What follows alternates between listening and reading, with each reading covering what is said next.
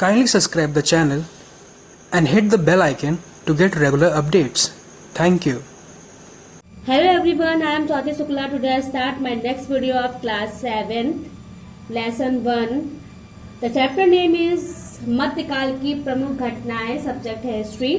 तो आइए जानते हैं कि मध्यकाल क्या है, मध्यकाल में प्रमुख क्या क्या घटनाएं घटी। तो पहले जानते हैं कि मध्यकाल किसे कहते हैं। मध्यकाल प्राचीन काल और आधुनिक काल के बीच का समय है जिसे हम मध्यकाल कहते हैं। साधारण भारत में मध्यकाल 8वीं शताब्दी से लेकर के 18वीं शताब्दी तक चला। 8वीं शताब्दी को प्राचीन काल का अंत और मध्यकाल का आरंभ कहते हैं। अब आइए जानते हैं कि मध्यकाल में राजनीतिक, धार्मिक और सामाजिक बदलाव क्या क्या हुए। हर्ष की मृत्यु के पश्चात ही देश में जो राज्य थे वो विभिन्न छोटे छोटे राज्यों में स्वतंत्र रूप से बंट गए थे और इन राज्यों पर अधिकतर राजपूतों ने ही शासन किया था। मध्यकाल के दौरान भारत जो बाहरी विश्व के संपर्क में आया, ये संपर्क अधिकतर ये हुआ कि अरबी, टर्की, मंगोल, चीनी और यूरोप वासियों से थे। कोई भी समाज अचानक नहीं बदलता है, उसके बदलने के समय में लगता है।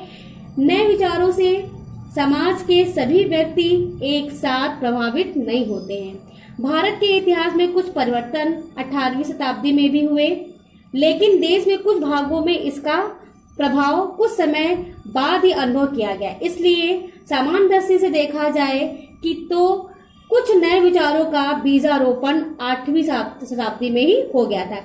इस प्रकार मुगल साम्राज्य के पतन और अंग्रेजों के आने के समय 18वीं शताब्दी में भी अनेक परिवर्तन हुए।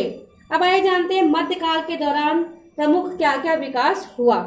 तो पहला पॉइंट है, इस युग से संबंधित पर्याप्त ऐतिहासिक यानी कि जो इतिहास से संबंधी साक्ष्य थे वो उपलब्ध है, अतएव हम इस युग से अधिक परिचित हैं। दूसरा है, भारत की अधिकांश प्रादेशिक भाषाएं जो प्रदेश में बोली जाने वाली भाषाएं होती हैं इसी काल में विकसित हुई। थर्ड पॉइंट है, इस युग में हमारे भोजन तथा वेशभूषा में भी अनेक परिवर्तन हुए। पहले जो वेशभूषा थी वो नॉर्मली हुआ करती थी, लेकिन फिर इनमें जड़ी बूटियां, हीरे जवाहरात से जड़े जो उनके आधुनिक आभूषण थे वो थोड़ा चेंज थे। फिर है हमारा धातु मुद्रा के प्रचलन से देश का आर्थिक विकास हुआ। कृषि तथा व्यापार वाणिज्य में भी विस्तार हुआ। धातु पहले तो मिट्टी के सिक्के बने, फिर सोने के बने, फिर चांदी के बने, फिर टकसाल में चेंज हुआ तो तांबे के मुद्राएं बनने लगी। अनेक देशों ने भारत की आर्थिक संपन्नता से आकर्षित होकर उसके साथ प्रत्यक्ष व्यापारिक संबंध स्थापित करने की चेष्टा की, यानी कि सीधे डायरेक्टली वो व्यापार करने के लिए प्रेरित हुए। इस अवधि में हिंदू तथा मुसलमान संस्कृति के विशिष्ट तत्वों को सम्मिश्रण से भारतीय संस्कृति का भी विकास हुआ। इंडो इस्लामिक शैली आई, जो हिंदू और इस्लाम की मिश्रित शैली। एक होता है इंडो इस्लामिक का मतलब हुआ कि हिंदू और इस्लामिक का मतलब इस्लाम। हिंदू और इस्लामिक इसलिए उसका नाम डाल दिया गया था इंडो इस्लामिक शैली। इंडो इस्लामिक शैली हमारी संस्कृति में आई, जिसकी वजह से साहित्य, संगीत, चित्रकला इत्यादि में बहुत अच्छे अच्छे आयाम आए। भक्ति एवं सूफी संतों ने भी हिंदू तथा इस्लाम धर्मों के मूलभूत सिद्धांतों की अच्छी समझ प्रस्तुत की। इससे आपसी तालमेल बहुत अच्छा हुआ और आपस में मेल भाव भी बढ़ा। अब इसके आगे का हम नेक्स्ट वीडियो में शेयर करेंगे। मैं Swati Shukla. Today start my next video of class 7 lesson 1 part 2। इसके पहले में हमने पढ़ा था कि मध्यकाल क्या होता है, उसके प्रभाव क्या हुए। अब आइए जानते हैं मध्यकाल के इतिहास के स्रोत क्या है, कि कैसे पता चला कि मध्यकाल में क्या क्या सिक्के, क्या क्या वेशभूषा, क्या साहित्य थे। तो पहले है, प्राचीन काल की अपेक्षा हमें मध्यकालीन भारत की अधिक जानकारी प्राप्त है क्योंकि इसके अवशेष प्राप्त हैं। इससे संबंध से हमारा ज्ञान भी अधिक बढ़ रहा है। मध्यकाल हमारे अधिक निकट है, अतः इस समय इतिहास जानने के लिए अनेक साधन मौजूद हैं। उसमें से सबसे पहला साधन है हमारा समाज।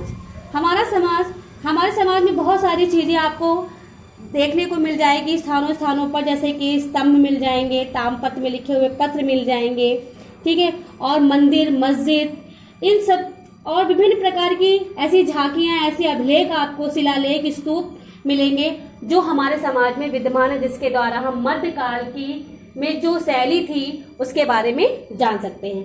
दूसरा है साहित्यिक स्रोत।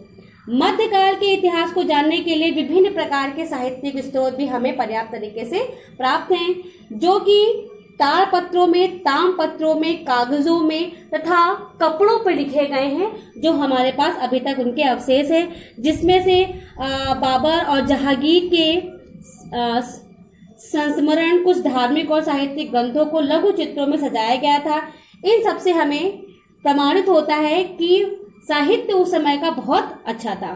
फिर है विदेशी यात्रियों के यात्रा वृतांत। जो विदेशी हमारे देश में आए और उन्होंने हमारे देश में जो कुछ भी देखा उसका वृतांत उन्होंने अपने किसी न किसी एक लेख पर पूर्ण रूप से विस्तारित किया है कि उस समय के राजा किस तरह से रहते थे, उनकी जीवन शैली कैसी थी और उनका जो शासन करने का जो तरीका था वो किस तरीके का था, वो इससे पता चलता है। फिर आइए जानते हैं कि मध्यकाल का विभाजन किस तरह से हुआ। मध्यकाल को दो भागों में डिवाइड किया गया, पूर्व मध्यकाल और दूसरा उत्तर मध्यकाल। तो आइए जानते हैं पूर्व मध्यकाल। 8वीं शताब्दी से 13वीं शताब्दी के काल को पूर्व मध्यकाल कहते हैं। 8वीं से 13वीं यानी 13 साल तक की का जो भाग है वो मध्यकाल के अंतर्गत है। इसमें कटिहार, पाल, राष्ट्रकूट राजाओं का शासन था। उत्तर भारत में राजपूत राजाओं का और चोल साम्राज्य का इतिहास देखने को मिलता है। उसके बाद है हमारा उत्तर मध्यकाल। 13वीं शताब्दी के बाद के काल को यानी कि 13 से 18 के बीच के काल को हम उत्तर मध्यकाल कहते हैं, जिसके अंतर्गत दिल्ली के सुल्तान, बहमनी, विजयनगर राज्य तथा मुगल साम्राज्य का इतिहास शामिल है। उत्तर मध्यकाल में आए सामाजिक परिवर्तनों पर भारत के बाहर से आए जितने भी राजवंश थे उनका प्रभाव सबसे ज्यादा देखने को मिलता है, जिसमें कि तुर्क, अफगान और मुगल शामिल है, जिनका शासन का सर्वश्रेष्ठ माना गया और उनके प्रभाव भी समाज में देखने को सबसे ज्यादा मिले। उसके बाद है हमारा विश्व में अनेक भागों में घटित प्रमुख घटनाएं कि विश्व में कौन कौन सी घटनाएं घटी। इसमें पश्चिम एशिया, यूरोप, मध्य एशिया, चीन, दक्षिणी पूर्वी एशिया में कई प्रकार की घटनाएं घटी, जिसके विषय में हम आगे नेक्स्ट वीडियो में पढ़ेंगे। Thank you. I am Swati Shukla. Today I start next video of class 7th B lesson 1 part 3। इसके पहले की वीडियो में आपने पढ़ा था कि मध्यकाल का साहित्यिक स्रोत या स्रोत क्या था, कैसे पता चला कि मध्यकाल का शासनकाल कैसा था। उसके बाद हमने पढ़ा कि मध्यकाल को कितने भागों में डिवाइड किया गया। अब आइए जानते हैं अरब में इस्लाम का उदय किस प्रकार हुआ। एक नई संस्कृति का विचारधारा से भारत के इतिहास में एक नए अध्याय का गठन हुआ। इस समय अरब में इस्लाम धर्म का उदय हुआ। इस्लाम मतलब मुसलमानों का जो धर्म है वो इस्लाम धर्म कहते हैं। इस्लाम धर्म के उदय से पहले अलग अलग कबीले में यहाँ का राज्य बटा हुआ था। अरब में अनेक प्रकार के देवी देवताओं को पूजा जाता था, जैसे कि अग्निदेव, कोई कुल देवी, कोई मिट्टी को पूजता था, कोई चांद को पूजता था, कोई रात्रि को पूजता था। इस तरह से अनेक तरह के देवी देवताओं को पूजा जाता था। इनमें काबा के भी कुछ स्थान बहुत ज्यादा प्रचलित थे। इस्लाम धर्म के मानने वाले लोगों में 5 बार नमाज पढ़ते थे। हजरत मोहम्मद साहब इस्लाम धर्म के संस्थापक थे। मोहम्मद साहब का जन्म मक्का नामक शहर में सन 570 ईस्वी में हुआ था। बचपन में पिता की मृत्यु के हो जाने के कारण उन्हें बहुत ही कठिनाइयों का सामना करना पड़ा। इनका विवाह खदीजा नामक एक धनवान स्त्री से हुआ था। मोहम्मद साहब खदीजा के यहाँ काम किया करते थे। उनकी ईमानदारी से प्रसन्न होकर उन्होंने इनसे विवाह कर लिया था। उस समय अरब में अनेक कबीले थे जो आपस में लड़ते रहते थे। मोहम्मद साहब ने सभी को एकता में बांधने का प्रयास किया कि सभी लोग एकजुट होकर रहें। 40 वर्ष की आयु में उन्हें सत्य के दर्शन हुए और उन्हें लगा कि परमात्मा द्वारा उन्हें पैगंबर के रूप में चुना गया है। पैगंबर का मतलब होता है कि परमात्मा के द्वारा जो परमात्मा जो संदेश देता है वो संदेश समाज तक पहुंचाया जाए, यानी कि परमात्मा का संदेश बताने वाला। मोहम्मद साहब ने ईश्वर के संदेशों को ग्रंथों में लिखा, उसे संग्रहित किया। इस ग्रंथों को बाद में कुरान कहा गया। उसके बाद एक कुरान इस्लाम धर्म को मानने वाले लोगों को पवित्र ग्रंथ है और जिसे सभी लोग पढ़ते हैं। इसमें सन 622 ईस्वी में हिजरा या हिजार जिसको कहा जाता है, जो कि मक्का शहर को छोड़कर यानी मदीना में है, उसकी यात्रा की जाती है। इस्लाम धर्म में कुछ मुख्य चीजें हैं जिनको इसमें विशेष माना जाता है, रमजान के पूरे महीने में व्रत अर्थात रोजा रखते हैं। विधान है कि इस्लाम धर्म में पूजा करना नमाज कहलाता है, यानी कि जो हम जिसको हिंदू धर्म में कह सकते हैं कि व्रत कहा जाता है, वैसे ही मुसलमानों में जो रमजान का महीना आता है एक मंथ का होता है और उसमें सभी मुसलमान भाई व्रत रहते हैं, वो नमाज का महीना कहलाता है। मदीना की यात्रा हज कहलाती है। इस्लाम धर्म की मुख्य शिक्षा है कि ईश्वर जो है वो एक ही है और हजरत मोहम्मद साहब ईश्वर के पैगंबर हैं। 632 ईस्वी में मोहम्मद साहब की मृत्यु हो गई। मोहम्मद साहब की मृत्यु के बाद कोई भी धार्मिक नेता या धर्म गुरु नहीं था। इसके लिए धार्मिक लोगों द्वारा एक धार्मिक और राजनीतिक प्रशासन चुना गया जो खलीफा कहलाया। खलीफा को सभी धार्मिक व राजनीतिक अधिकार होते थे। खलीफा द्वारा ही अरब साम्राज्य सीरिया, इराक, ईरान, मिस्र, फिलिस्तीन, उत्तरी अफ्रीका आदि देशों में फैल गया। इन्होंने बेजेटाइन, स्पेन और कुछ अरब साम्राज्य को अपने अधिकार में ले लिया। इस प्रकार इस्लाम धर्म का प्रसार विभिन्न देशों, विभिन्न राज्यों में हो गया। अब इसके आगे का हम नेक्स्ट वीडियो में शेयर करेंगे। I am Swati Shukla. Today I start my next video of class 7th B lesson 1 part 3। इसके पहले वाले में हमने पढ़ा था कि इस्लाम क्या होता है, इस्लाम का उदय किस प्रकार हुआ। अब आइए जानते हैं कि सामंतवाद का उदय किस प्रकार हुआ। सामंतवाद का उदय मध्यकाल में समस्त यूरोप अंधकार के युग से गुजर रहा था। शिक्षा का प्रकाश और चर्चा मठों में एक सीमित तौर से यानी कि नियम के तौर के रूप में ही रह गया था। कानून व्यवस्था के कारण नागरिकों का जो जीवन था वो सुरक्षित नहीं था। इस काल में यूरोप की जो राजनीतिक व्यवस्था थी वो पूर्ण रूप से नहीं थी और इसी का उदय होना बाकी था। सामंतवाद कहा गया। सामंतवाद लैटिन भाषा में फ्यूडन शब्द से बना है, जिसका अर्थ होता है भूमि का वह टुकड़ा जो सेवा के बदले में दिया गया हो। कोई भी दास जो उस भूमि पर काम करता हो और उससे प्रसन्नचित होकर उसका मालिक उसे वो टुकड़ा दान के रूप में दे दे, वो सामंतवाद के अंतर्गत आता है।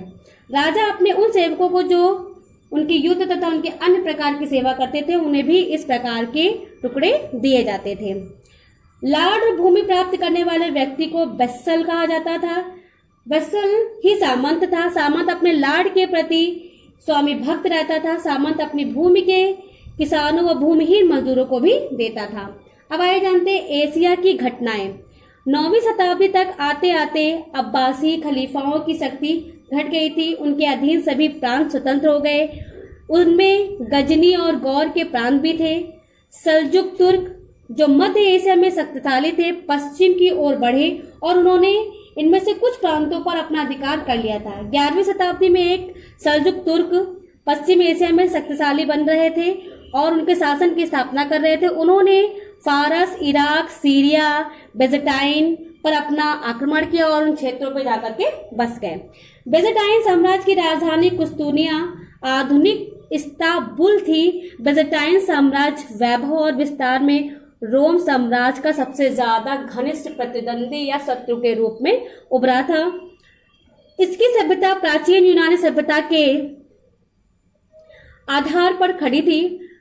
पूर्वी भूमध्य सागर, रूस तथा स्कैंडिनेविया के व्यापार पर उसका अधिकार था और चीन से लेकर फारस तक मध्य एशिया से होकर आने वाली व्यापारियों के व्यापार में भी यह साम्राज्य भाग लेता था। 13वीं शताब्दी में चंगेज खां के नेतृत्व में मध्य एशिया के मंगोलों ने फिर बेजेटाइन पर आक्रमण किया। इसके अलावा ऑटोमन तुर्क ही बचे जो अनातोलिया में बस गए और 1453 ईस्वी में कुस्तुतुनिया की विजय करने में सफलता प्राप्त की। इस बीच मंगोलों ने भी पश्चिम एशिया और दक्षिण रूस में से लेकर मध्य एशिया के उस पार चीन तक के क्षेत्रों पर अपना अधिकार कर लिया। 13वीं शताब्दी के मध्य से 14वीं शताब्दी के मध्य तक मंगोल चीन पर शासन करते रहे। इससे मंगोलों ने अपनी राजनीतिक और शक्ति को बढ़ा लिया और वे धनवान हो गए, क्योंकि 7वीं शताब्दी से 13वीं शताब्दी तक तुग और शुक वंश के शासनकाल के चीन एवं वैभवशाली और शक्तिशाली देश ही बने रहे। अब इस चैप्टर से यहाँ पर ये लेसन खत्म होता है।